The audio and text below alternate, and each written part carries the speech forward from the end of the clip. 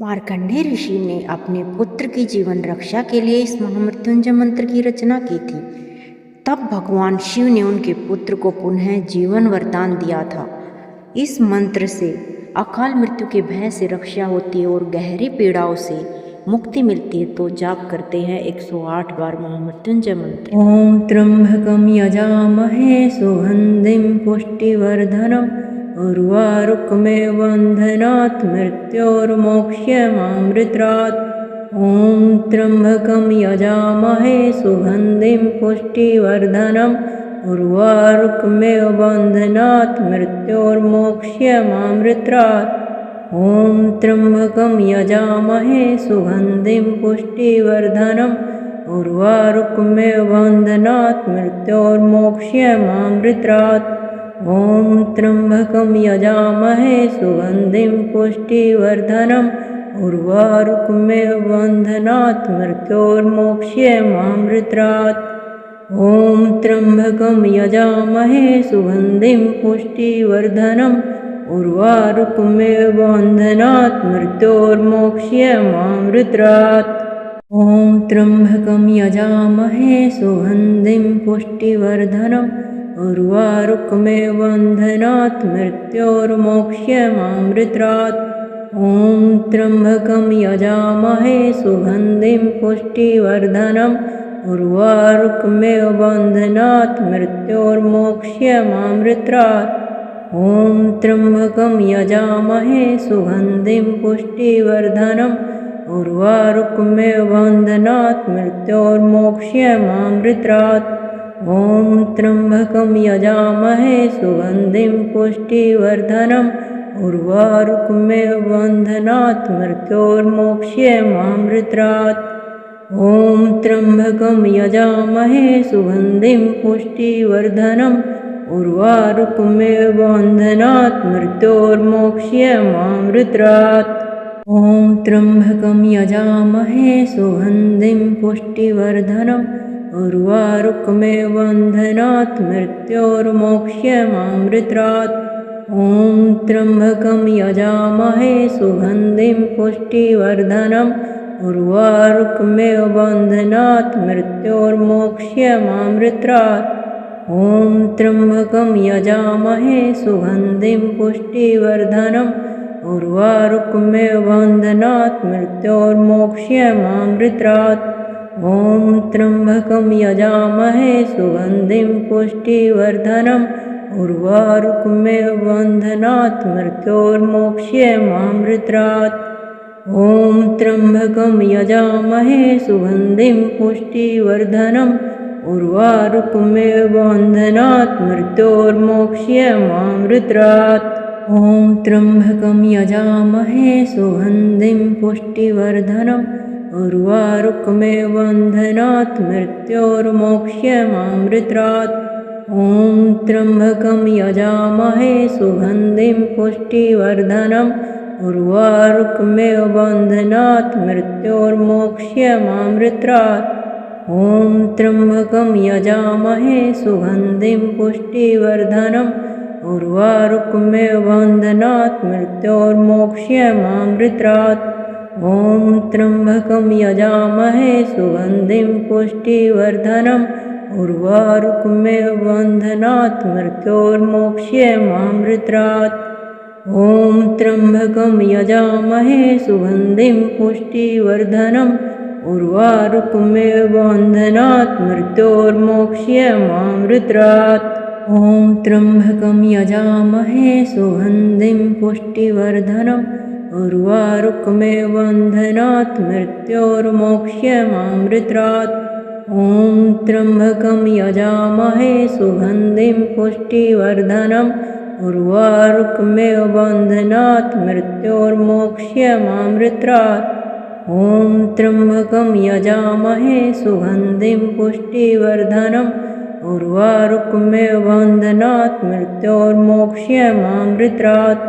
ओम त्र्यंबकं यजामहे सुगंधिं पुष्टिवर्धनम् उर्वारुकमेव बन्धनात् मृत्योर्मोक्ष्यमामृतात्। ओम त्र्यंबकं यजामहे सुगंधिं पुष्टिवर्धनम् उर्वारुकमेव बन्धनात् मृत्योर्मोक्ष्यमामृतात्। ॐ त्र्यम्बकं यजामहे सुगन्धिं पुष्टिवर्धनम् उर्वारुकमेव बन्धनात् मृत्योर्मोक्ष्यमामृतात्।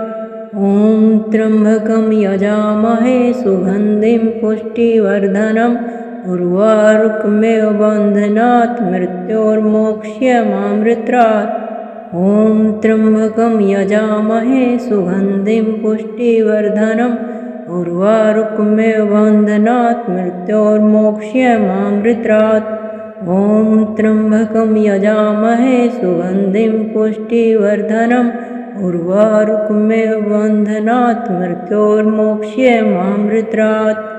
ॐ त्र्यम्बकं यजामहे सुगन्धिं पुष्टिवर्धनम् उर्वारुकमेव बन्धनात् मृत्योर्मोक्ष्यमामृतात्। ॐ त्र्यम्बकं यजामहे सुगन्धिं पुष्टिवर्धनम् उर्वारुकमेव बन्धनात् मृत्योर्मोक्ष्यमामृतात्। ॐ त्र्यम्बकं यजामहे सुगन्धिं पुष्टिवर्धनम् उर्वारुकमेव बन्धनात् मृत्योर्मोक्ष्यमामृतात्। ॐ त्र्यम्बकं यजामहे सुगन्धिं पुष्टिवर्धनम् उर्वारुकमेव बन्धनात् मृत्योर्मोक्ष्यमामृतात्। ॐ त्र्यम्बकं यजामहे सुगन्धिं पुष्टिवर्धनम् उर्वारुकमेव बन्धनात् मृत्योर्मोक्ष्यमामृतात्। ॐ त्र्यम्बकं यजामहे सुगन्धिं पुष्टिवर्धनम् उर्वारुकमेव बन्धनात् मृत्योर्मोक्ष्यमामृतात्।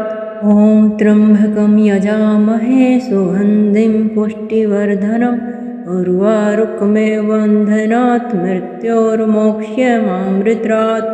ॐ त्र्यम्बकं यजामहे सुगन्धिं पुष्टिवर्धनम् उर्वारुकमेव बन्धनात् मृत्योर्मोक्ष्यमामृतात्। ॐ त्र्यम्बकं यजामहे सुगन्धिं पुष्टिवर्धनम् उर्वारुकमेव बन्धनात् मृत्योर्मोक्ष्यमामृतात्। ॐ त्र्यम्बकं यजामहे सुगन्धिं पुष्टिवर्धनम् उर्वारुकमेव बन्धनात् मृत्योर्मोक्ष्यमामृतात्। ॐ त्र्यम्बकं यजामहे सुगन्धिं पुष्टिवर्धनम् उर्वारुकमेव बन्धनात् मृत्योर्मोक्ष्यमामृतात्।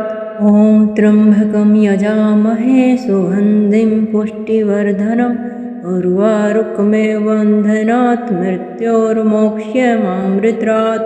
ॐ त्र्यम्बकं यजामहे सुगन्धिं पुष्टिवर्धनम् उर्वारुकमेव बन्धनात् मृत्योर्मोक्ष्यमामृतात्।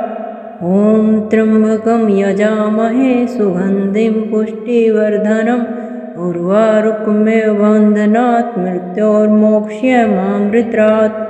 ॐ त्र्यम्बकं यजामहे सुगन्धिं पुष्टिवर्धनम् उर्वारुकमेव बन्धनात् मृत्योर्मोक्ष्यमामृतात्। ॐ त्र्यम्बकं यजामहे सुगन्धिं पुष्टिवर्धनम् उर्वारुकमेव बन्धनात् मृत्योर्मोक्ष्यमामृतात्। ॐ त्र्यम्बकं यजामहे सुगन्धिं पुष्टिवर्धनम् उर्वारुकमेव बन्धनात् मृत्योर्मोक्ष्यमामृतात्। ॐ त्र्यम्बकं यजामहे सुगन्धिं पुष्टिवर्धनम् उर्वारुकमेव बन्धनात् मृत्योर्मोक्ष्यमामृतात्। ॐ त्र्यम्बकं यजामहे सुगन्धिं पुष्टिवर्धनम् उर्वारुकमेव बन्धनात् मृत्योर्मोक्ष्यमामृतात्। ॐ त्र्यम्बकं यजामहे सुगन्धिं पुष्टिवर्धनम् उर्वारुकमेव बन्धनात् मृत्योर्मोक्ष्यमामृतात्। ॐ त्र्यम्बकं यजामहे सुगन्धिं पुष्टिवर्धनम् उर्वारुकमेव बन्धनात् मृत्योर्मोक्ष्यमामृतात्। ॐ त्र्यम्बकं यजामहे सुगन्धिं पुष्टिवर्धनम् उर्वारुकमेव बन्धनात् मृत्योर्मोक्ष्यमामृतात्। ॐ त्र्यम्बकं यजामहे सुगन्धिं पुष्टिवर्धनम् उर्वारुकमेव बन्धनात् मृत्योर्मोक्ष्यमामृतात्।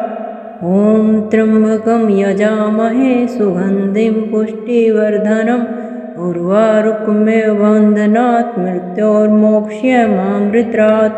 ॐ त्र्यम्बकं यजामहे सुगन्धिं पुष्टिवर्धनम् उर्वारुकमेव बन्धनात् मृत्योर्मोक्ष्यमामृतात्। ॐ त्र्यम्बकं यजामहे सुगन्धिं पुष्टिवर्धनम् उर्वारुकमेव बन्धनात् मृत्योर्मोक्ष्यमामृतात्। ॐ त्र्यम्बकं यजामहे सुगन्धिं पुष्टिवर्धनम् उर्वारुकमेव बन्धनात् मृत्योर्मोक्ष्यमामृतात्। ॐ त्र्यम्बकं यजामहे सुगन्धिं पुष्टिवर्धनम् उर्वारुकमेव बन्धनात् मृत्योर्मोक्ष्यमामृतात्। ॐ त्र्यम्बकं यजामहे सुगन्धिं पुष्टिवर्धनम् उर्वारुकमेव बन्धनात् मृत्योर्मोक्ष्यमामृतात्। ॐ त्र्यम्बकं यजामहे सुगन्धिं पुष्टिवर्धनम् उर्वारुकमेव बन्धनात् मृत्योर्मोक्ष्यमामृतात्। ॐ त्र्यम्बकं यजामहे सुगन्धिं पुष्टिवर्धनम् उर्वारुकमेव बन्धनात् मृत्योर्मोक्ष्यमामृतात्। ॐ त्र्यम्बकं यजामहे सुगन्धिं पुष्टिवर्धनम् उर्वारुकमेव बन्धनात् मृत्योर्मोक्ष्यमामृतात्। ॐ त्र्यम्बकं यजामहे सुगन्धिं पुष्टिवर्धनम् उर्वारुकमेव बन्धनात् मृत्योर्मोक्ष्यमामृतात्। ॐ त्र्यम्बकं यजामहे सुगन्धिं पुष्टिवर्धनम् उर्वारुकमेव बन्धनात् मृत्योर्मोक्ष्यमामृतात्। ॐ त्र्यम्बकं यजामहे सुगन्धिं पुष्टिवर्धनम् उर्वारुकमेव बन्धनात् मृत्योर्मोक्ष्यमामृतात्। ॐ त्र्यम्बकं यजामहे सुगन्धिं पुष्टिवर्धनम् उर्वारुकमेव बन्धनात् मृत्योर्मोक्ष्यमामृतात्। ॐ त्र्यम्बकं यजामहे सुगन्धिं पुष्टिवर्धनम् उर्वारुकमेव बन्धनात् मृत्योर्मोक्ष्यमामृतात्। ॐ त्र्यम्बकं यजामहे सुगन्धिं पुष्टिवर्धनम् उर्वारुकमेव बन्धनात् मृत्योर्मोक्ष्यमामृतात्। ॐ त्र्यम्बकं यजामहे सुगन्धिं पुष्टिवर्धनम् उर्वारुकमेव बन्धनात् मृत्योर्मोक्ष्यमामृतात्।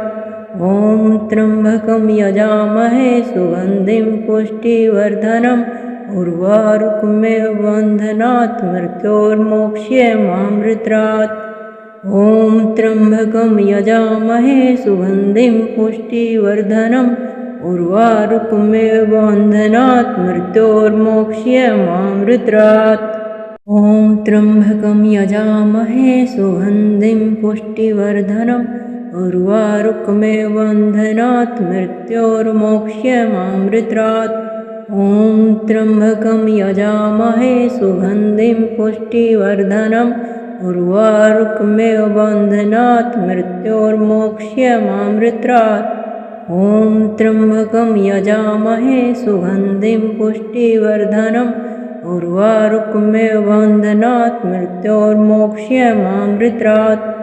ॐ त्र्यम्बकं यजामहे सुगन्धिं पुष्टिवर्धनम् उर्वारुकमेव बन्धनात् मृत्योर्मोक्ष्यमामृतात्। ॐ त्र्यम्बकं यजामहे सुगन्धिं पुष्टिवर्धनम् उर्वारुकमेव बन्धनात् मृत्योर्मोक्ष्यमामृतात्। ॐ त्र्यम्बकं यजामहे सुगन्धिं पुष्टिवर्धनम् उर्वारुकमेव बन्धनात् मृत्योर्मोक्ष्यमामृतात्। ॐ त्र्यम्बकं यजामहे सुगन्धिं पुष्टिवर्धनम् उर्वारुकमेव बन्धनात् मृत्योर्मोक्ष्यमामृतात्। ॐ त्र्यम्बकं यजामहे सुगन्धिं पुष्टिवर्धनम् उर्वारुकमेव बन्धनात् मृत्योर्मोक्ष्यमामृतात्। ॐ त्र्यम्बकं यजामहे सुगन्धिं पुष्टिवर्धनम् उर्वारुकमेव बन्धनात् मृत्योर्मोक्ष्यमामृतात्। ॐ त्र्यम्बकं यजामहे सुगन्धिं पुष्टिवर्धनम् उर्वारुकमेव बन्धनात् मृत्योर्मोक्ष्यमामृतात्। ॐ त्र्यम्बकं यजामहे सुगन्धिं पुष्टिवर्धनम् उर्वारुकमेव बन्धनात् मृत्योर्मोक्ष्यमामृतात्। ॐ त्र्यम्बकं यजामहे सुगन्धिं पुष्टिवर्धनम् उर्वारुकमेव बन्धनात् मृत्योर्मोक्ष्यमामृतात्। ॐ त्र्यम्बकं यजामहे सुगन्धिं पुष्टिवर्धनम् उर्वारुकमेव बन्धनात् मृत्योर्मोक्ष्यमामृतात्। ॐ त्र्यम्बकं यजामहे सुगन्धिं पुष्टिवर्धनम् उर्वारुकमेव बन्धनात् मृत्योर्मोक्ष्यमामृतात्। ॐ त्र्यम्बकं यजामहे सुगन्धिं पुष्टिवर्धनम् उर्वारुकमेव बन्धनात् मृत्योर्मोक्ष्यमामृतात्। ॐ त्र्यम्बकं यजामहे सुगन्धिं पुष्टिवर्धनम् उर्वारुकमेव बन्धनात् मृत्योर्मोक्ष्यमामृतात्।